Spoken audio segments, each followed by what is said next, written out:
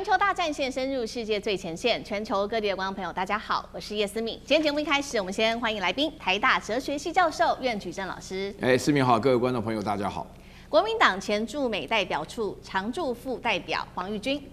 主持人大家好。好，還有資深媒體人彭華幹哥。思敏好，大家晚安。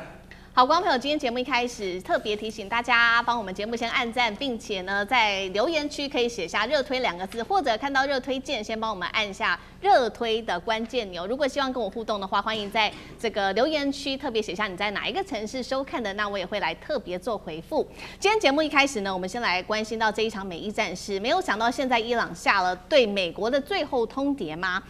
除了在軍事上對美國的軍艦開火逼退之外，還怒嗆說，針對濃縮鈾，他們要把它做到90%，也就是武器級以上的這個濃度哦，並且畫下了5個門檻，逼川普要認輸來做談判，有可能嗎？今天就這議題，我們會一起來做關心。3個火線話題，等一下我們也請來賓幫我們特別聚焦哦。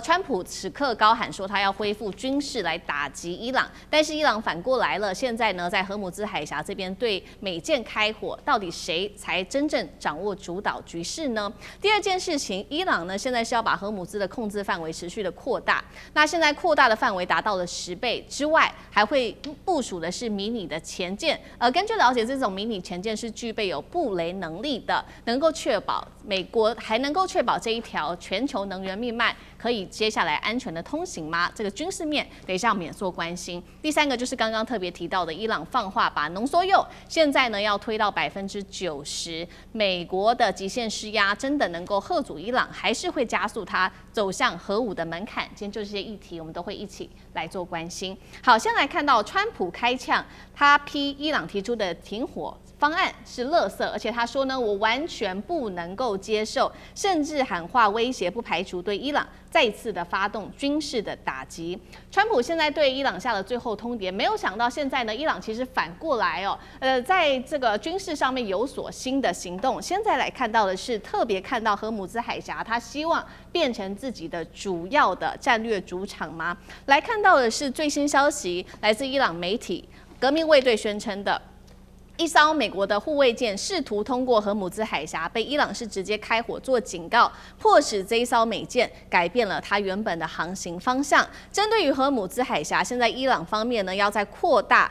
管轄，從原本說最多達到30英里，現在最多擴大範圍到300英里，等於10倍的一個範圍。再來就是它部署的國造的這一款加迪爾級的迷你潛艦，等一下請幹哥幫我們來看一下細節。它的小檔案能夠在水下潛伏，並且在近岸突襲發射魚雷，攜帶中國的反艦飛彈。重點是它可以在這邊布置的是各種的水雷，對美軍將會造成比較嚴重的威脅。那麼在能源方面，現在根據了解最新消息，來自於伊拉克、巴基斯坦都已經跟伊朗談好，達成這種能源通行的相關協議了。如果這些國家跟伊朗談好，現在外界也分析，會不會有其他的國家也模仿這2個國家，希望能夠遵循相同的路徑呢？那麼對於美方來說，又是另外一種威脅了。所以今天節目一開始特別請教苑老師，現在呢，伊朗在對荷姆茲上面的美艦開火，並且部署這種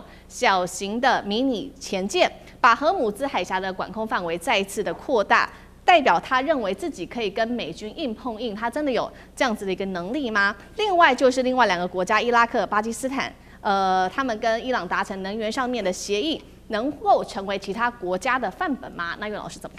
看？我們常常說強龍不壓地頭蛇，這個荷姆茲海峽，你打開地圖一看的時候，你就知道它完完全全在伊朗的控制範圍之內。這裡頭的話呢，剛剛聽到的消息，它在控制的範圍擴大10倍。原來20里到30里是指那個最尖的那個地方啊，荷姆茲海峽跟這個離伊朗最近的那個地方啊。接下來的話，阿聯酋那邊剩下了一個尖角啊，那個擴大的話是往旁邊延伸。那這裡面呢有3個消息非常重要。首先第一個的話呢，這個川普一直在吹牛啊，根本就講贏麻了，打垮了，沒有空軍，沒有海軍，現在不得了了，你美艦過來直接打你。直接打你，就讓你知道這個厲害。現在的話呢，這個川普的話呢，真的是進退兩難了也不曉得該怎麼辦好。然後這個第2點的話呢，就是說呢，請大家注意一下這個迷你潛艇非常重要因為什麼呢？這個大家知道啊，我們沒有一個地區比像台灣在發展潛艇再了解。你要發展迷你潛艇，這個迷你潛艇啊是完全適合於荷姆兹海峽。荷姆茲海峽非常淺，這個潛艇叫做迷你袖珍潛艇，它放在水底下的時候，最多10個人。然後呢，它上面帶了 C704的這個反艦導彈，是大陸制造的啊。那麼大陸制造的飛彈早就在裡頭，所以我相信這個迷你潛艇的計劃大概20年了。所以20年的話呢，在荷姆茲海峽的地緣關係上，又能夠控制在底下的話呢，那美國船只根本不敢進來，一進來地底下被什麼打掉了都不知道。那另外第3個的話呢，我覺得這裡頭當中，那個伊拉克跟巴基斯坦就通過了能源的這種重的，就是說是這個能源上的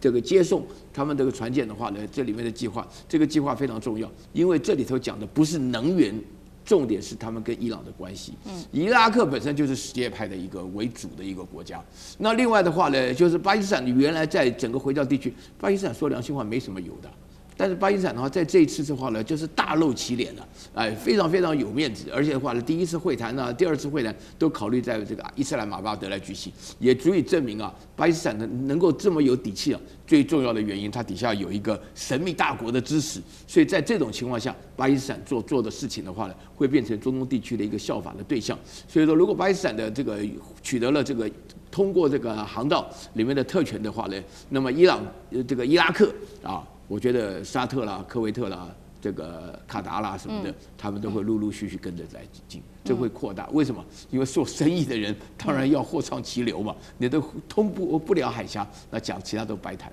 好，所以現在這一場戰爭，目前我們看到伊朗它祭出的，包括了在軍事戰，還有呢軍事的打擊、軍事戰跟這個能源戰哦。那美方呢，同樣是在荷姆茲海峽，美國也有最新的動作。一般來講，我們知道這個核潛艦不太會浮出水面哦，通常都是隱身的。那現在比較罕見的事情是在直布羅陀海峽了，美軍讓他的一艘這個是彈道飛彈的核潛艦直接出現了。現在在看說，為什麼要這樣做？是要對這個伊朗下一下馬威嗎？再來就是伊朗，他也反過來說，我們濃縮鈾要大幅提升了，現在濃度說要到90%，這種武器等級的，做得到嗎？能夠造成威懾嗎？那幹哥又怎麼看？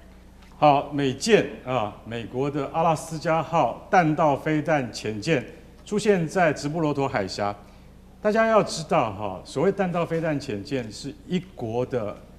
它的最終保障，那就是說聯合國5大常任理事國中美英法俄這5個國家擁有彈道飛彈潛艦，沒有第6個國家。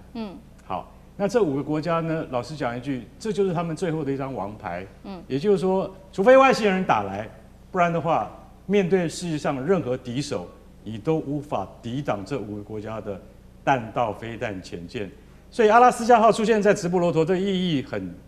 很重大。為什麼？因為其實直布羅陀跟那個荷姆茲海峽，它中間還隔着阿拉伯半島，對不對？那它出現在這邊的意思是告訴你說，我來了。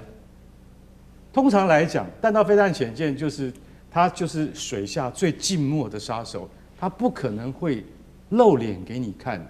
美國總共有14艘 Ohio 級的彈道飛彈潛艦，它即將被哥倫比亞級所取代。但是這14艘潛艦是寶，所以說它不可能會亮相。它跟一般的攻擊潛艦是不一樣的，攻擊潛艦的隱秘性已經夠高了。這些彈道飛彈潛艦，你知道一艘重達16000公噸，那是海底下的龐然大物。所以說他們不隨便現身，他現身給你看的意思就是代表說，我告訴你，如果說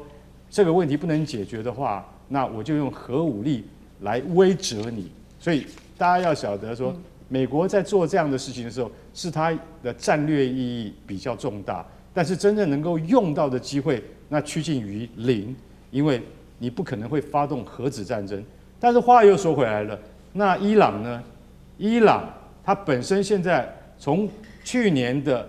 那個12日戰爭啊，用 GBU-57的鑽地彈，也就是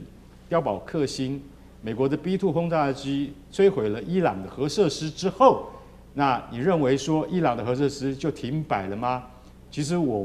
完全不認為會停擺。我反而覺得伊朗不管是在伊斯法罕或是福爾多的基地，它的離心機只要再重新裝配起來的話，你知道很多專家都說， 90%的濃縮鈾，到底距離真正的武器級核彈有什麼差別？我們現在講它到底有什麼差別？我可以告訴各位，它只有2個差別，也就是只有剩下機械加工以及裝上引爆系統，就只有這2個差別而已。也就是說，那你現在已經90%啦，那在理論上也在物理上面，它到底距離核武器多遠？根本就沒有距離了，因為這種材料直接就可以做成真正可以投射的核子武器，只是投射的方式是另外一個問題。也就是說，其實大概只有3種投射方式，一種就是轟炸機，另外一種就是核潛艦，第3種就是地下發射井啊。那這3種其實伊朗目前現在都沒有，可是伊朗要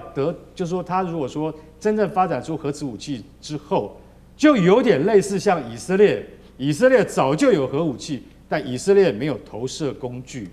所以在沒有投射工具的情況底下，你要製造出一枚核彈之後，你要去煩惱的是接下來怎麼做。但是伊朗現在已經告訴你，我要到了90%的武器級系統是不難的，所以在這種情況之下，就是一種核威慑。我們多次說過了，伊朗不可能放棄，而伊朗如果有這樣的武器的話，美國在出兵的時候都一定要忌憚再三的。所以，另外再講到那個加迪爾級的伊朗袖珍潛艇，我只要告訴各位說，只要有潛艇在那邊，軍艦就會嚇死。所以說，不管它是多麼袖珍，它只有100多噸而已。對。但它部署在荷姆茲海峽，你只要知道，你懷疑它在那裡，你就不敢進去。為什麼？它再小，它再原始，它再簡單，它都是嚇阻美軍的利器。為什麼？因為你用一般的軍艦布雷的話，美國看得到就打你了。那潛艇你看不到，它偷偷布雷的話，那對整個航道都是毀滅性的打擊。所以說，我覺得像這樣子的，像戰略級的這樣的武器，對伊朗而言非常重要。如果這個戰爭不能夠很快結束的話，伊朗祭出這樣的武器的話，會對美國的石油的禁運會發生很大很大的影響，這個是我覺得美方是要考慮的。好，一方面我們看到伊朗是祭出在軍事行動上面針對美國的威懾力，那另外一方面，其實在政治上面也有所喊話。我們現在其實要關注的就是接下來美伊和談下一波什麼時候會正式的進行，還有沒有可能真的來進行。但是在這個之前，現在伊朗已經開出了最新的條件，他希望美國先能保證這5點，否則他不會展開所謂的第2輪的談判。那這5點其實有很多是跟這個經濟也有關係的，包括解除對伊朗的所有制裁啊，還有凍結他的海外資產跟賠償他的戰損，然後呢，結束所有戰爭的戰線，包括現在正在進行當中在黎巴嫩的戰線，再來要承認美方要承認在伊朗在荷姆茲海峽的主導權等等，代表伊朗現在真的不怕美國了嗎？真的可以這樣解讀嗎？那玉君怎麼看？我看伊朗應該是在吹哨子壯膽的，就是因為美方是不可能承認伊朗在荷姆斯海峽的主權的。而這件事情對於其他中東的周遭國家，沒有人會認同這件事情啊。現在不管是比方說阿聯酋啊，或其他國家，為什麼要跟伊朗暫時去談？因為他們經濟受損，所以他們只是在買時間，看美國怎麼處理這個問題。好，那我們說為什麼伊朗現在在吹哨子壯膽呢？因為他知道現在美國沒有時間處理它。川普現在最大的事情是在跟習近平、跟北京就有更大的問題要處理，有他的大交易要去談判，所以他知道我這時候怎麼喊，美國也不會理我，我喊了也沒有人當真，你喊了也不會有任何被美國教訓或美國修理，所以我這時候喊，我把籌碼喊高了，我搞不好有人就信了，或搞不好這就是打仗啊，一個是軍事，一個是心理，這就是標準的心理戰嘛，好。但是他心理戰，他事實上他很有底氣，他這心理戰不是沒有底氣，軍事上他不一定這麼有底氣，但心理上他是有底氣的。為什麼？美國現在的做法很簡單，我把你圍起來，我看你經濟可以撐多久。好，我川普雖然國內可能經濟上很多人對我要崩盤，但是我看你撐得久還我撐得久。好，那伊朗現在的意思就是說呢，我跟你玩命，你要不要跟我玩命？那川普就覺得說，好，你是最後你是這個生存之戰，那我美國，如果你把我的這個美元，就是石油美元變我生存之戰的時候，我可能就對你下死手。這就是雙方在喊，就是到底誰比較狠嘛。那伊朗現在底氣是什麼？第一個底氣是他們新型領導人他們內心的陰影，就是你們當暗殺我們老一代領導人的時候，我們心裡會怕，我們不願意跟你們談判啊。他們看到不管是自己以前的領導人或敘利亞格達費的問題，或者是他看到金小胖每天要活得開開心心的，他們就不願意和談啊。他們心裡不抓着這個武器，他們心裡不踏實嘛。再來就是我們看到，不管是中國，不管是這個俄羅斯，不管是北韓，這個所謂的軸心3個軸心，我們看到很多國際的報道，他們都有給伊朗一些支持嘛。那美國現在的做法一定是很簡單，他把你這3個軸心一個一個拆了。他現在在中國，我們之前看到為什麼普丁開始在談可能跟烏克蘭停戰的問題，這一定有美國背後跟俄羅斯在談的一些事情。那他也希望透過中國去施壓北韓嘛。那最後一個就是伊朗在賭，伊朗手上真正最厲害的是經濟武器，以及美國內部大概有將近快70%的人反對這場戰爭，或不知道為什麼美國要打這場戰爭，他就看你美國什麼時候崩盤，或看你國會能不能跟川普施壓嘛。所以最後這個時間呢，到底站在誰這邊？我認為最後還是會站在美國這邊，因為不會只有美國的經濟受到影響，而且大多數人寧可被美國控制的這個地區，而不願意被伊朗變成一個新型的地區的霸權。好，謝謝玉軍。那我們休息一下，馬上回来。地緣政治、美中之爭、戰略價值、強權崛起、小國生存，現在與未來洞悉事件走向，掌握世界脈動，全球觀點盡在環球大